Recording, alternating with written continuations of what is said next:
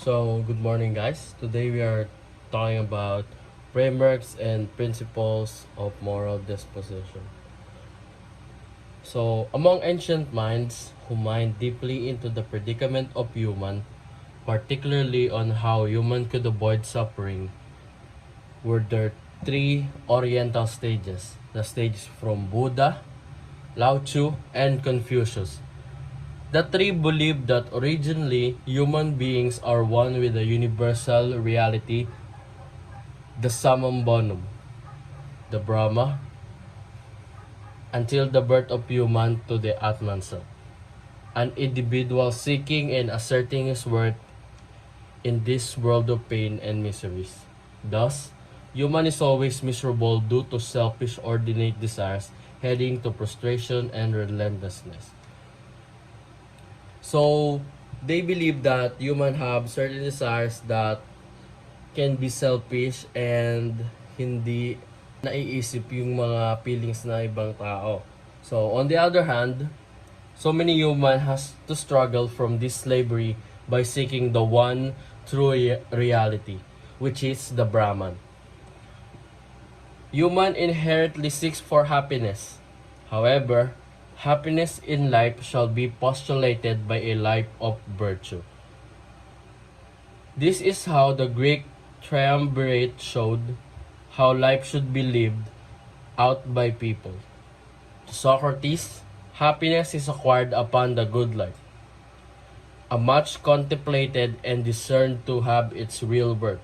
Socrates asserted that a well-examined life is the one that is worth living for. Many philosophers believe that happiness is postulated by a life of virtue. So if you have virtue, you will be happy. But Socrates believed that true happiness or purpose of life is a well-examined life, which is that is worth living for. Meanwhile, Plato believed that human is exiled and imprisoned in the body as punishment for sin. Self-liberation can be achieved through constant meditation and imitation of the former perfect self. So Plato believed that we as humans are entrapped or enclosed to this body because we have committed sins, wrongdoings, and mistakes from our previous self. And as a consolation, we are looking for our previous perfect self so that we can learn and we can be we can truly be happy. Finally, Aristotle added that to attain true happiness, human has to live a virtuous life by practicing and living a life of virtue. So Aristotle believed that true happiness can be attained by living a virtuous life, by practicing living a life with virtue, living a life of virtue. So next. So virtue ethics, most moral philosophers believe that virtue is a natural endowment, not an artificial habit of action to be acquired by education. So virtue ethics, most moral philosophers believe that virtue is a natural endowment, which means it can't be learned or it can't be taught through education or school. It is a natural happening or state of mind of a person. It may be indeed taught, but this is to be understood that it is discerning good through our natural moral judgment guided by right reason. So Aristotle said by Montemayor in 1995, human being is not a pure mind or spirit, as Plato taught human being originally is. Apparently, Aristotle presented that human beings' present earthly existence is a composite nature of body and soul, mind and matter, sense and the intellect and passion and reason. So, as Plato believed that human is not a pure mind and spirit only, we are a composite nature of body daw, and soul, mind, and matter. So, hindi lang tayo gawa sa dalawa, sa mind, sa spirit. Marami pa tayo mga parts na nakaka-apekto sa ating pag-iisip, pag-decision, tulad ng soul, our soul, mind, and matter. And our body, of course. Next. Aristotle's concept of telos, do you believe that everything has a purpose? So, the concept of telos daw is, do you believe that everything has a purpose? Meaning, naniniwala ka ba na lahat ng bagay ay may dahilan? O may halaga? Tulad ko ngayon, nagpe-present sa inyo. Naniniwala ba kayo na yung presentation ko is may halaga or may purpose sa inyo? Or maybe isa tong event na butterfly effect na pwedeng maka-apekto sa future nyo? Hindi natin alam. Pero, Aristotle, the ancient Greek father of Western philosophy, thought so. And he called that purpose. Telos, pronounced telos or telos, meaning the word can mean purpose, intent, and or goal. So telos can mean purpose, halaga, intent, yung willing, yung parang will mo siya na gawin, intention kumbaga, and end, katapusan, or yung pinakadulo, or yung mismong goal mo, yung pinaka-purpose mo, kung ano yung bakit mo siya ginagawa or ganyan. Next. But as usual, Aristotle used it in more specific and subtle sense. The inherent purpose of each thing. The ultimate reason for each thing being the way it is, whether created that way by human beings or nature. Yan. Letter B, virtue as a habit. So as is discussed in the earlier topic, a certain moral values turns into a virtue as it's constantly practiced as a way of life. However, Aristotle made it clear life of virtue can be achieved through constant contemplation of good or happiness. He furthers that in contemplation or meditation, the individual human mind and will can commune with the universal eternal good. So, ayun nga, katulad nga raw nung diniscuss last topic ng last group pala, kinadis po siguro, kinadis mo nga. So, yung virtue daw is yung habit na ginagawa mo lagi kahit walang nakatingin. Yun, kahit walang nakatingin. So, unlike moral values na ginagawa lang natin kapag may nakatingin. So, maganda example nito is yung Filipino values about religion. So, magdadasal ka lang kapag nasa simbahan ka or may mga taong nakatingin sa'yo. So, unlike yon moral Filipino values, sa virtue naman, gagawin mo siya lagi-lagi.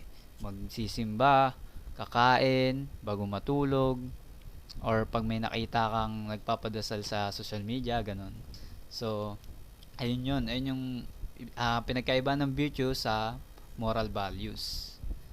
So, Aristotle maintains that knowing truly the good means doing the good constantly and habitually because human being does not only know, love, and appreciate virtue but practice virtue and live as a life of virtue. So, ayon nga kay Aristotle, ang good or pagiging masaya ay na-achieve sa pamamagitan ng contemplation or ano nga ba yung contemplation again? So, contemplation is comparable sa meditation eh. So, parang iisipin mo lang ng malalim or palagian yung ano nga ba yung good or yung happiness. Doon mo malalaman. So, para sa kanya, ang paghingigon ay ang paggawa ng mabuti. Hindi sa piling mo na gusto mong gawin kasi may nangyari mabuti sa'yo. Kundi yung gagawin mo yun kasi yun na yung paraan ng pamumuhay mo. Okay. So, letter C. Happiness as a virtue. Unlike common perception on the concept of happiness, it consists of knowledge of good and wisdom. To apply such knowledge for the attainment of one's own perfection. So, ayun nga, yung happiness daw, hindi yung katulad ng normal na concept natin ng happiness. Ang maganda example nito is nakapulot ka ng pera.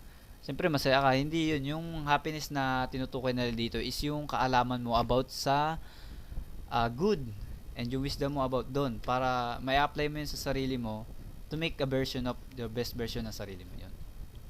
Hence, perfection and happiness of human being, according to Aristotle, is derived from the wisdom and virtue. Ayun nga, katulad na pinaliwanag ko kanina, derive yun sa kaalaman mo about sa good and yung habitual mo na virtue.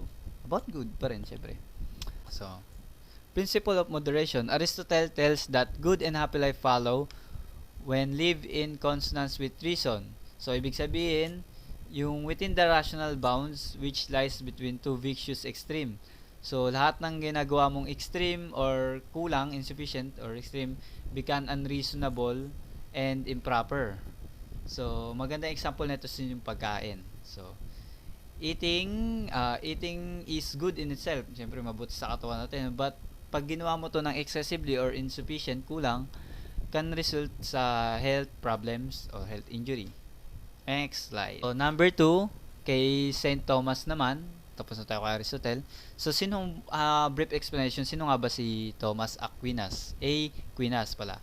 So, binanganak siya between 1224 or 1226 in Roccasecca, Italy, near Naples.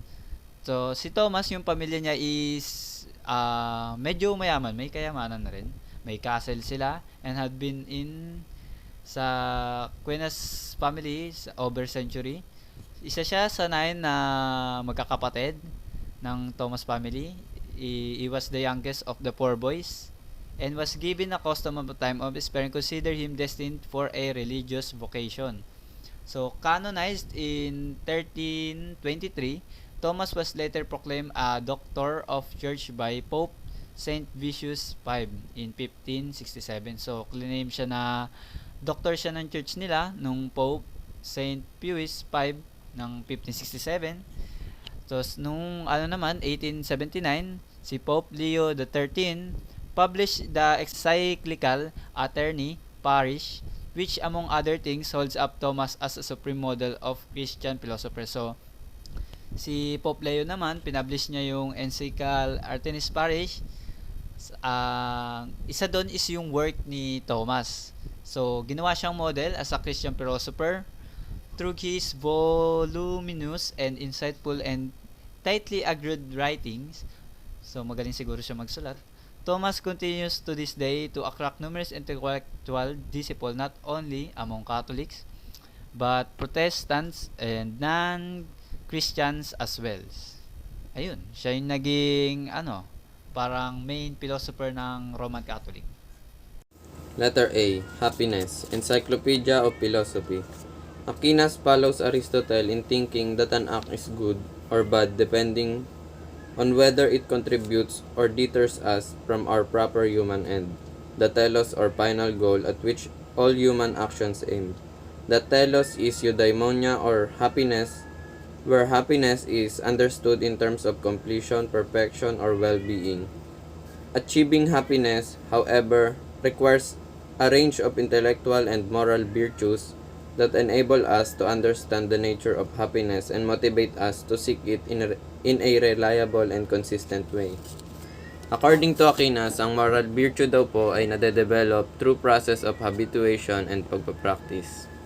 Aquinas also believed na ang goodness or badness of action is determined by its contribution to our human end na tinatawag niya at mas kilala natin sa tawag na telos. 12. Letter B. Transcript of St. Thomas Aquinas. Definition of law by competent authority for the sake of common good. St. Thomas Aquinas defined a just law as an ordinance of reason promulgated. Number 1. A just law is an ordinance of reason and serious deliberation. This means that a good law must be reasonable. It must be a product of careful, for example, the law against driving under the influence of alcohol is based on concrete findings that alcohol consumption causes loss of control and coordination. In addition, for a law to be reasonable, it must also be permanent. This does not mean eternal existence of the said law. A law is considered as permanent provided it is binding and relevant for a long period of time. Not just for a year or two, but within reasonable length of time to avoid confusion or panic among the citizens. Likewise, it is reasonable if a certain law is attainable, meaning it is not burdensome to people. Finally, a law is reasonable if it is flexible. This means it is considerate to some exemptions. Ang batas daw po ay kinakailangan na reasonable at permanent. A law must be reasonable, ibig sabihin dapat ito ay base sa ebidensya at rationality. Next is law must be permanent. Pag sinabi daw pong law must be permanent, ibig sabihin nito kailangan daw pong effective ito sa mahabang panahon para makapagbigay ng equality sa bawat isa. At pag sinabing law is permanent, hindi ibig sabihin ay forever na. Magbabago pa din ito katagalan. Next is number 2. A just law is properly promulgated for any law to be effective. It must be clearly communicated to all people concerned. When a school or any organization, for instance, enacts a new set of policies, they often provide students with handbook for them to know, understand, and follow these policies. This element of law should not be understood literally.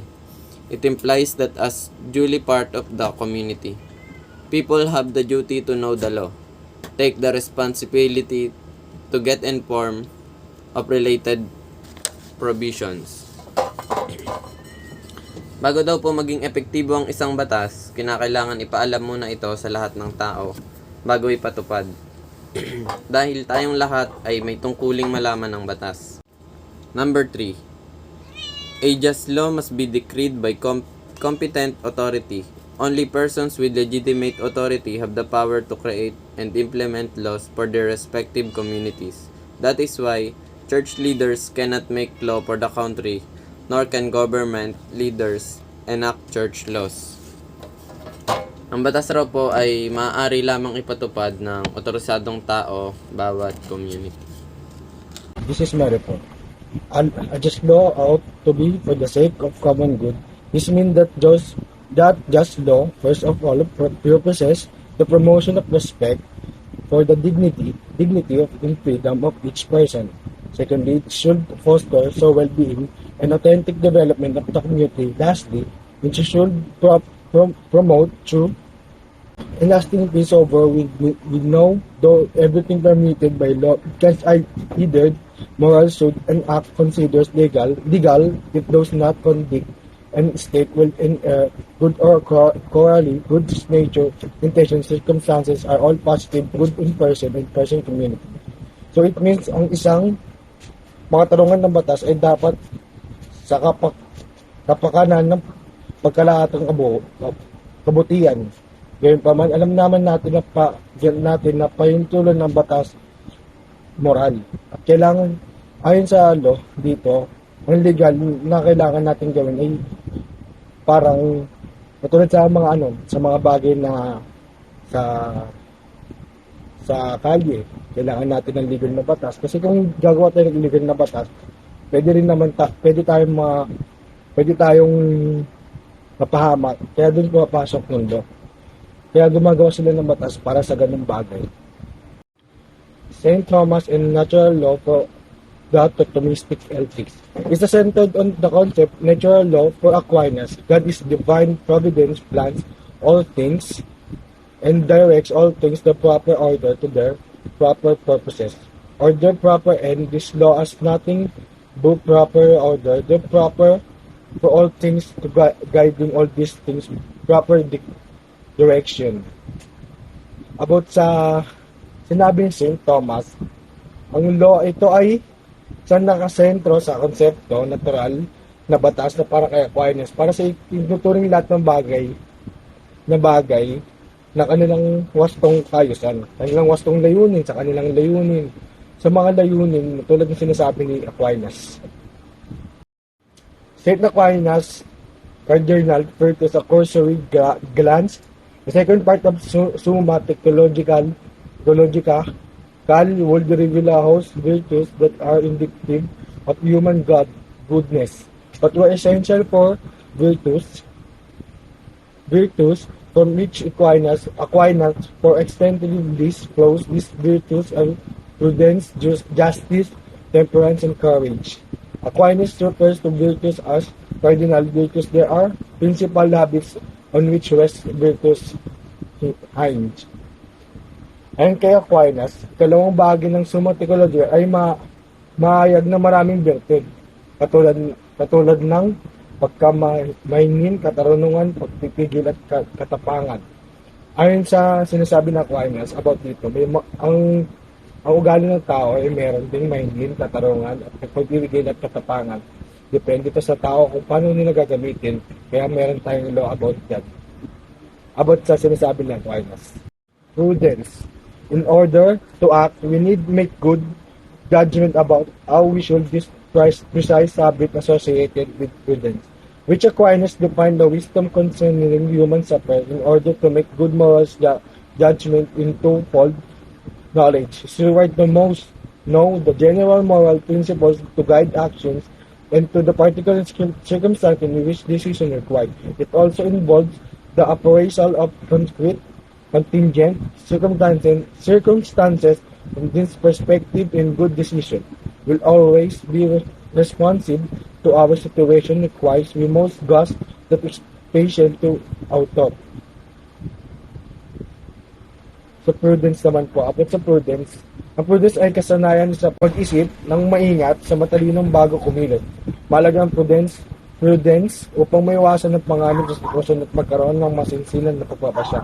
Tulad po sa sa pag-aaral. Kailangan po natin lalo na sa exam, nagagamit natin ng prudence about yan. Kailangan muna kasi magbasa o mag-isip about ang isasagot mo sa bawat number ng exam. Kasi kung sinasabi ng Aquinas dito, para maiwasan ng panganib na sitwasyon na magkaroon ng masinsinan o pagpapasya. Tulad na sinabi ng Aquinas. Temperance. It is a more restricted sense. Temperance concerns the moderation of physical pleasure, especially those associated with eating, drinking, and sex. Temperance is not a virtue. It denotes a restrained desire for a physical gratification to Aquinas.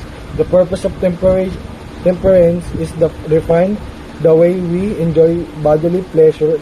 Especially, it creates an agent proper sense of moderation with respect to what pleasurable. Thus, Aquinas insists the insatiable of bodily goods are not in possession in reason, but the subject is the instrument which reason employs order to attain improper, and like prudence, temperance is cardinal virtue. There are hosts of subsidiary virtues that fall under temperance because they serve to modify most insatiable human passion. For example, chastity, sobriety, and abstinence, which denote to requirement of sex, drink, and food, respectively. Thus, Aquinas thinks weakness, dementia, stubbornness are part of temperance. They to restrain certain appetitive drives, especially anger, the desire to punish, and the desire to pursue, vain curiosity, respectively. Ang sinasabi naman dito about ng Aquinas, ang temperance ay katangian ng palagay sa wastong pagkontrol at pabalanse ng mga pagnanasa ng hilig ng tao. Ang sinasabi dito ng Aquinas is about sa hilig ng tao. Nagtawag po ng laman. Ang tawag ng laman tulad ng pag-inom ng alak, pagkikipagtalik sa ibang tao, like pagkikipagtalik na kailangan din ng katawan. Sasabi ng Aquinas, ito yung pagpapalaga o wastong pagkontrol about sa kailangan ng tao o hilig ng isang tao. Ito yung makakontrol dapat ng sarili mo or hindi ibang tao. Courage. Courage occasionally the difficulty in achieving or avoiding certain objects can give rise to various degrees of fear and in turn discourage us from adhering to reason instructions. In this case, we may refuse to endure the pain or discomfort required for achieving our proper human goods. In this case, we need virtue that moderates those appetites that prevent us overtaking more daunting tasks according to Aquinas. We need courage to retain our fear so that we might endure harrowing circumstances. Yet, courage us only modify our fear. It also combats reasonable zeal to overcome them. An excessive desire to face fearful circumstances constitute a kind of recklessness that can easily hasten one demire. Thus, we need courage in order to both craft excessive fear and modify unreasonable daring. Without courage, we will be either governed by irrational fear or recklessness. That screw good counsel, making us vulnerable to harm unnecessarily. That courageous person will have patience or perseverance that these he will not be broken by stress or sorrow, not will be worried or discouraged due to the exigencies of these endeavors. Sometimes, it can be difficult to achieve or avoid certain things that can make us feel afraid. This fear discourages us from following reasonable guidance. In such cases, we may choose not to endure the pain or discomfort necessarily to achieve our true well-being as humans. To deal with this situation, we need virtue called courage. Courage helps us control our fear so we can face the challenging circumstances. It not only helps us overcome fear, it also prevents us from acting unreasonable or recklessness matters. If we have excessive desire to discomfort fearful situation, it can lead to recklessness and bring harm upon ourselves. Therefore, courage is necessary to both endure excessive fear and adjust our action to be more reasonable. Without courage, we would be controlled by irrational fear or recklessness. Discouraging good advice can make ourselves vulnerable to unnecessarily harm. A courage person possesses patience and persuasive. They are not easily broken by stress or sadness, or they not discouraged by the difficulties they face in their pursuits. The virtue of justice, however, governs our relationship in others, especially it needs a certain or constant willingness to extend to each person what he or she deserves. The purpose of legal justice in governs our action according to the common good. Constructed this way, justice is general virtue which concern not individual benefits but community welfare. According to the Aquinas, everyone who is member of community standards to that community as a part to a whole. However, affect the part of also affect the whole. And so, whatever is good or harmful is oneself will be good or harmful. For the community, which one is a part of these reasons, we should expect the good community enact law that will govern its members and always be benefit to everyone. Justice is about how we treat fairly. It means giving each person what they deserve. Legal justice is about making rule that benefits whole community, not just individual. Aquinas believed that we are connected in the community. Also, what affect the person is also affect everyone else. This means the action are good or bad for oneself also affect the community. Therefore, a good community should have law to help everyone and promote fairness.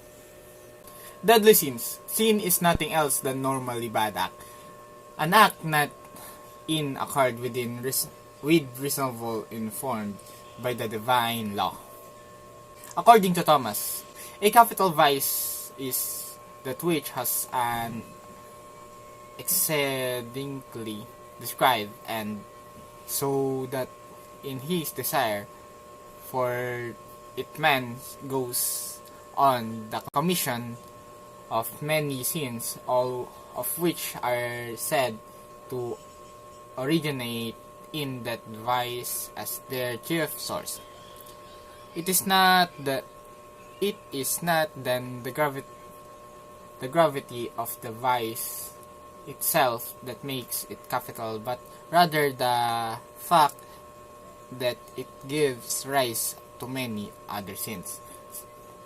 Later, 7 deadly sins were enumerated by Thomas Aquinas in this Summa Theologica. Pride. Pride is an ascertained and improper appreciation of own worth. This is listed first because it's widely considered the most serious of the 7 sins.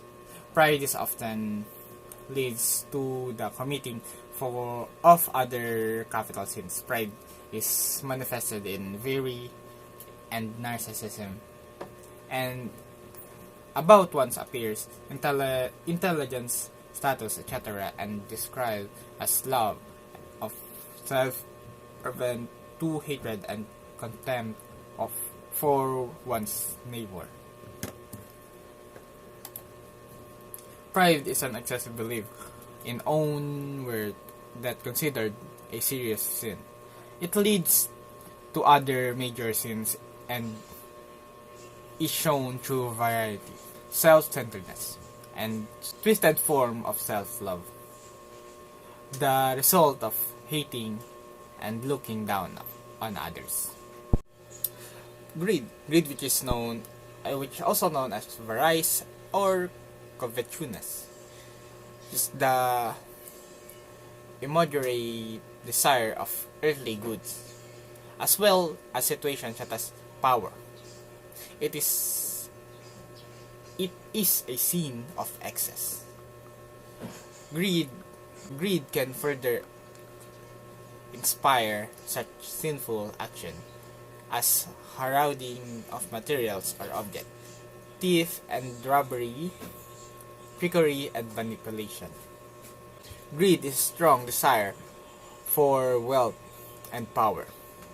It is excessive and sinful behavior. Greed can cause the people to hoard, steal, deceive, and manipulate others. Third sin, gluttony. So, taygud sa Tagalog. Taygutom, alam mo na yan. So, gluttony, which refer from Latin, glutere. So, glutere means to gulp down or swallow. Refer to the sin of overindulgence and overconsumption of food and drinks. So, basically, kain ng kain, sobrang magkain, taygutom, di namimigay. So, the manner in which gluttony can be committed as a sin, as later inherited by Thomas Aquinas, are eating too soon, eating too expensively, eating too much, eating too much, keyword, eating too eagerly, eating dietly, and eating widely. So, basically, gluttony, taygutom. Basic. Fourth sin is lust. Tagalog, libog. Siyempre, normal naman yan eh. The sin of lust refers to the impure desire of sexual nature. Sexuality is a gift from God, not inheritedly impure itself. Ayun nga, so hindi nga siya impure itself. However, lust refers to impure thoughts and action that misuse that gift, deviating from the God's law and intentions or us. So indulging in the sin of lust can be included, but not limited to, fornication, adultery, bestiality, rape, and incest, and can lead to such thing as sexual addiction. So, ayun nga, libog. Siyempre, maraming kasalanan ukol dyan. Ayun na nga, nakalista na dito. So, not necessarily nga na mali yung libog. Pag lang, ginamit mo as, sa maling gawain. So, sin number 5 is sloth, sa Tagalog, tamad, lazy. Yun. So, sloth often described simply as a sin of laziness. However, while this part of manifestation of sloth The central problem with sloth as capital sin is spiritual laziness. So sloth, ang pinaka main ano niya as a sin is pag hindi ka spiritual na laging nagdadasal. Siguro pag di ka laging nagdadasal, so tamad ka magdasal, ganun. Ayun, consider niya siya as a sin. The sin of sloth means being lazy and lax about living the faith. Ayun nga, living the faith and practicing virtue. So in general, sloth means disinclination to labor or extortion. As capital of deadly vice, Saint Thomas called it sadness in the face of some spiritual good wish one has to achieve. So kaya may kailangan ka i-achieve according to Thomas, nga say Saint Thomas na as spiritual good. Pag tamad ka, ayun, we call it sadness. So, number 6, envy or empre inggit, Tagalog. The sin of envy or jealousy. Alam ko magkaiba yung ibig sabihin ng envy and jealousy. Not sure kung anong meaning, but basta alam ko magkaiba yun eh. So, it has more than merely one person wanting what someone else has. Ayun nga, over-explanatory na, inggit, gugustuhin mo yung meron yung iba. The sin of envy means one feeling unjustified sorrow and distress about the good fortune of someone else. Ayun nga, good fortune ng ibang tao. Siyempre, distress ka kasi wala ka nun, naiinggit ka. O yun, ayun na, basic meaning nun. The law of love leads us to rejoice in the good fortune of our neighbor. Jealousy is a contradiction to this. Envy is named among the capital sins because of other sin to which is led. So tinatawag siyang capital ng mga sin because yung ibang kasalanan na pwedeng magmula dahil dito sa sin. So sa yung capital. Okay. So last sin according to St. Thomas, anger, which is galit or wrath. From the Catholic Encyclopedia, anger is the desire of vengeance. So desire mo magigante. Its ethical rating depends upon the quality of the vengeance and the quantity of the passion.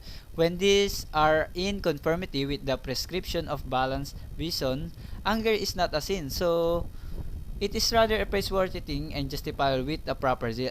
So basically, ang anger daw is not necessarily a sin. Nagiging sin lang siya kapag masama ang ginawa mo. At praiseworthy naman siya kapag nagagamit mo siya with a proper zeal or pwede mo siyang maging passion. Pwede mong gamitin yung anger as inspiration. So yun, hindi siya sin necessarily.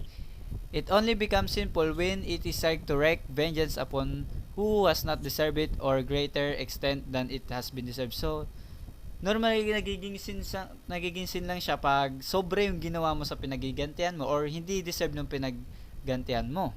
In conflict with the disposition of law from the improper motive, the sin is then in general sense mortal as being opposed to justice and charity. Okay.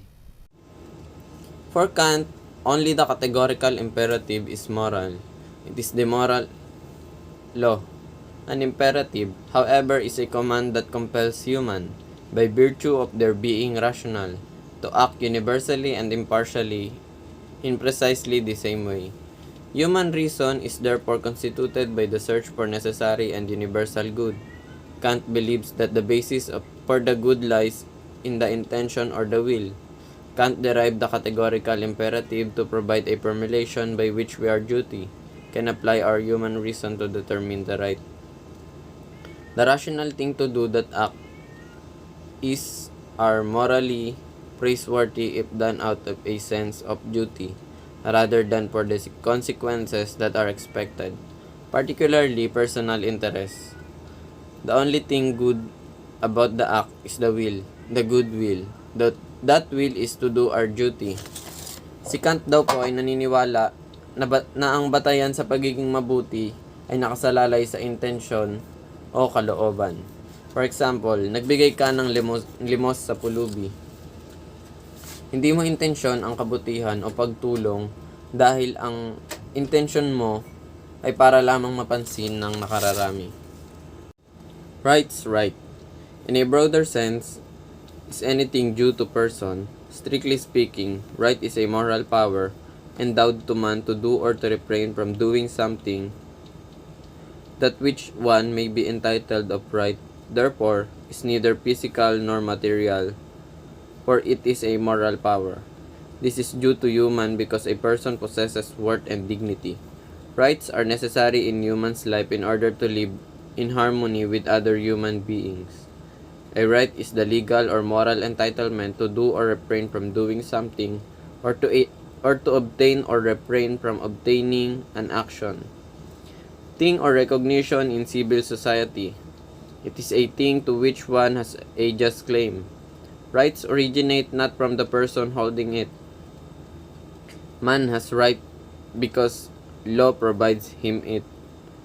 Law provides man the power to do, to express, to act, to receive, etc. Without law, man has no right. Law extends and limits the rights of man. Rights serve as rules of interaction between people, and as such, they place constraints and obligations upon the actions of individuals or groups. For example, if one has a right of life, this means that the others do not have the liberty to murder him. Ang karapatan raw po sa mas malawak na kahulugan ay ang anumang bagay na nararapat sa isang tao. Ang tama naman daw ay isang moral na pinagkaloob sa isang tao para gawin o pigilan ang paggawa ng isang bagay. Letter D. Essential properties of rights. Inviolability is the essence of right. Number 1. Coaction is the capacity of right to forcefully prevent its violation and to exact redress for unjust violation. Sa madaling salita, sinasabi dito na ang mga karapatan ay may likas na kakayahang kumilos kabilang ang paggamit ng puwersa.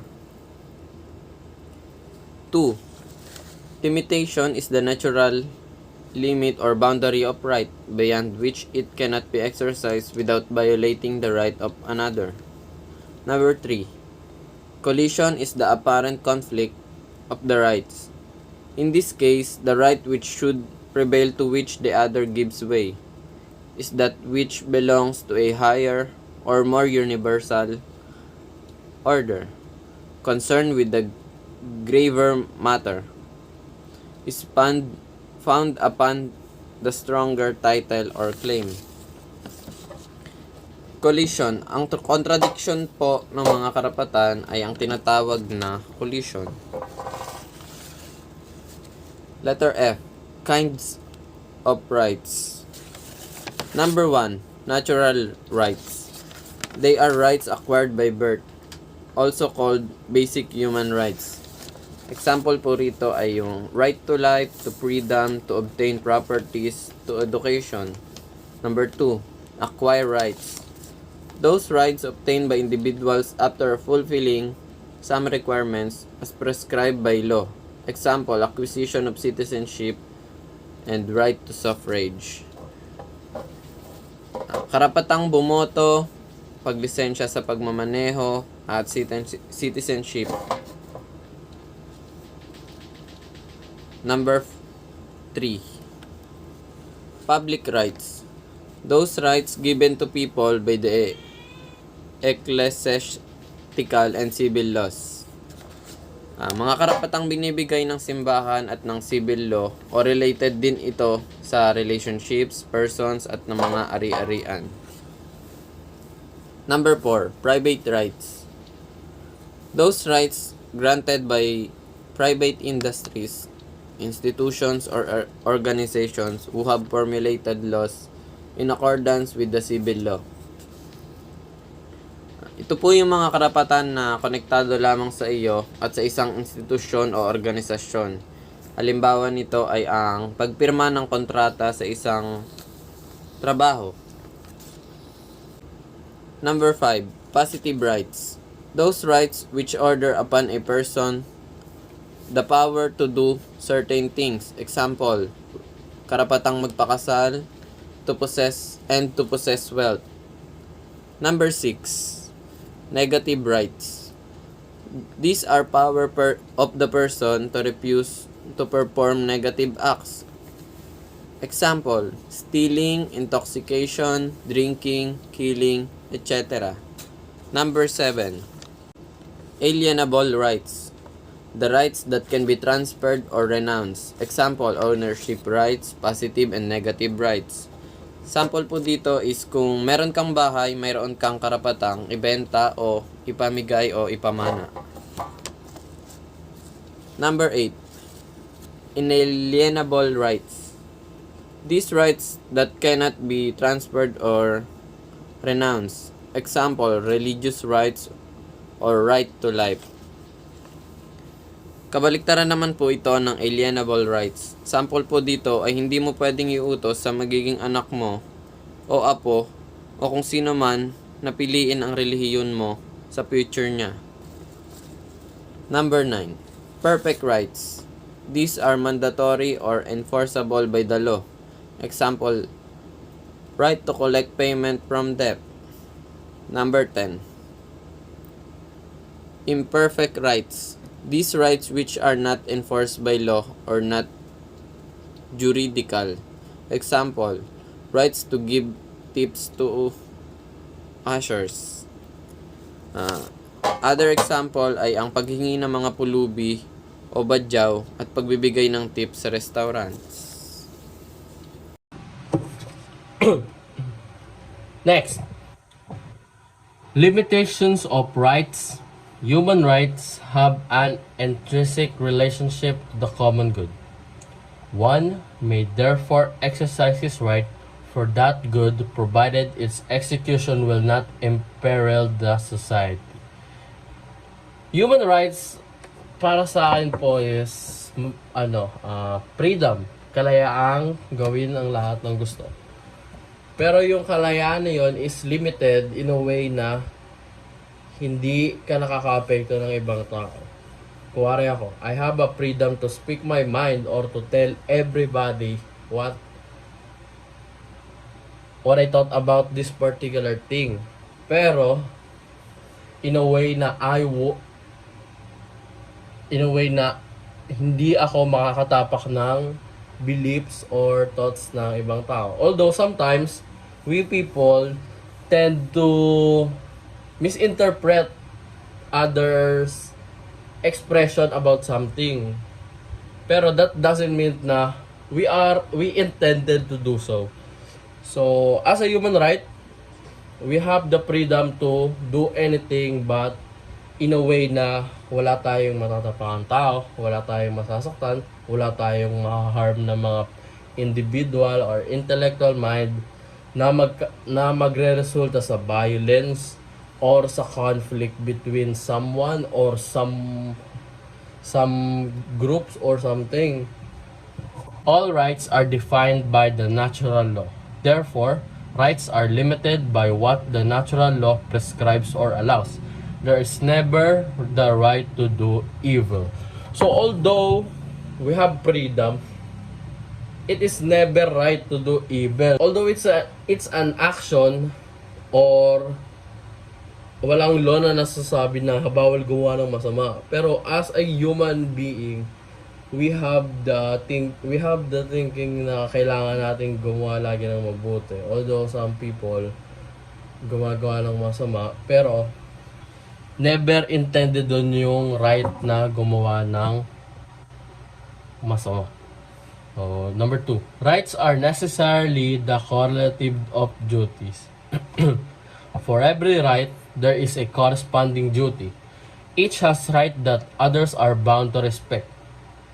Number 2. So, as Uncle Ben said to Spider-Man, with great power comes with great responsibilities. So, our power is that we have the freedom to do anything, but with that freedom, we also have responsibility or duty that we need to contain or maintain so that our world will be a better place. Number 3, right must be limited for the preservation of the social order.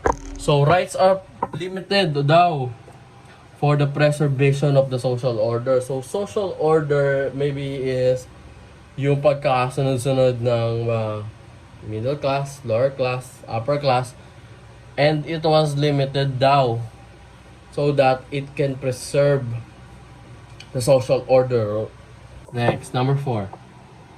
Rights are limited because of the very limitations of man's nature. Man is physically free but morally bound. So, yun yung sinasabi ko kanina na we can do everything. We can jump off the building. We can shoot a person, but it is not morally right to do so because we can cause harm, we can cause pain, we can tamper with life, pero hindi ibig sabihin na porket pwede mong gawin, kailangan mo nang gawin. Yeah? Next. Extensions of rights to human life. So, man is not obliged to take extraordinarily means to life. Example, undergoing major operations on account of grave reasons, only to prolong but not to save life. So example, I am a doctor and I advise a group of people na in order to save his life, he need to go through this surgery. Pero, in my thinking na hindi naman ito maliligtas yung buhay niya, mapapahaba lang. Ibig sabihin, steady lang siya dun sa life niya na yon. Pero hindi ito maliligtas. Kasi pag tinigil yung safe, pangligtas na yon, mawawala na yung buhay niya, matatapos na. Hindi ko siya sinave para gumaling siya. Sinave ko siya para humaba yung buhay niya. Ganon. Number 2. It is not inordinate to subject life to ordeals called for by a higher order. Example, extreme fasts, long vigils, flagellations on form of asceticism. Long vigils, extreme fasting like 40 days fasting or Ramadan, yung people doesn't eat. Hindi nga yung mga tao nagiginan, hindi kumakain eh. Meron silang period of time para kumain. Number 3. Besides good of soul and body, man must strive for the full perfection of human life, i.e. the normal pursuance of an adequate livelihood, good name, so moral life and honor. So, hindi lang pala nakasama yung mga morals mo. Kailangan din pala. Pati yung livelihood mo, yung paraan mo ng pamumuhay, dapat tama din or nakaayon din sa sa moral codes. Tulad ng kunwari, ang pangalan mo, kahit na mabait ka, tapos ang pangalan mo naman, Satan, di ba? Parang ang mundane naman nun na you're doing good pero yung pangalan mo is hindi, di ba? Yun lang. So, next, moral rights. Rights that the creator of a copyrighted work has to ownership and control of the work. As recognized by civil law and some common law jurisdiction, moral rights typically include the right to the integrity of the copyrighted work. So, dito pumapasok yung mga copyrighted work, copyright infringement, yung creators, trademark, na hindi dapat nakawin or gayahin or kailangan ng consent galing dun sa original na nagsulat. Yun lang. Next. Moral rights typically include the right to the integrity of the copyrighted work, the right to publish anonymously or under a pseudonym, and the right of attribution. Moral rights are different from the economic rights rendered by copywriting. The first one of the moral rights, the right of attribution, means that the author or creator of a work is entitled to assert their authorship in the work in any situation in which the work is utilized, presented, reproduced, or disseminated. Tulad sa Marvel, when they post a trailer, if you download it and repost it on your social media or your Facebook, or if you have a sabihin na natin 4-minute video, clear video ng movie nila, you will be noted of a strike on social media, especially Facebook, na sasabihin na this is property of Marvel Studios, ganyan-ganyan, na hindi siya na nagbabiolate siya sa copyright work or you are infringe dun sa original piece ng company. So next, to put it in another way, every authority has an ingrained of an unfettered right to be recognized as the creator of the work. Right of integrity means that no one can change your work without your permission. No one can destroy your work without first asking you if you want to take it back. No one can show your work in a way that damages its meaning. Moral rights of infringement is when you have not been properly named or credited when your work is used. If someone has treated your work in a way that hurts your reputation, this is called derogatory treatment. Yun nga, tulad ng sinabi ko kanina na kapag yung work mo is used in a wrong way, for example, you have a video, katulad ko ngayon, meron akong video na nag-explain ng mga ganito.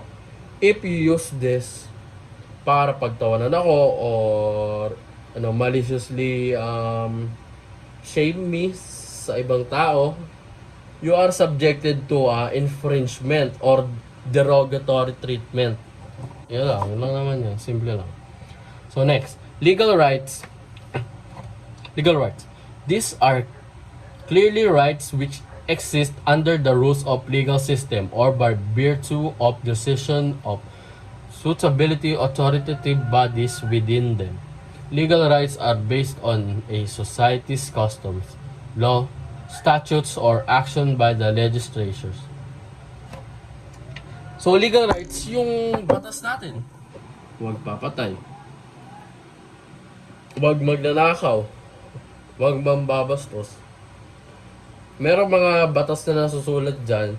And kapag nag-violate ka, you will be penalized and be treated as a criminal or an offender. So, letter C.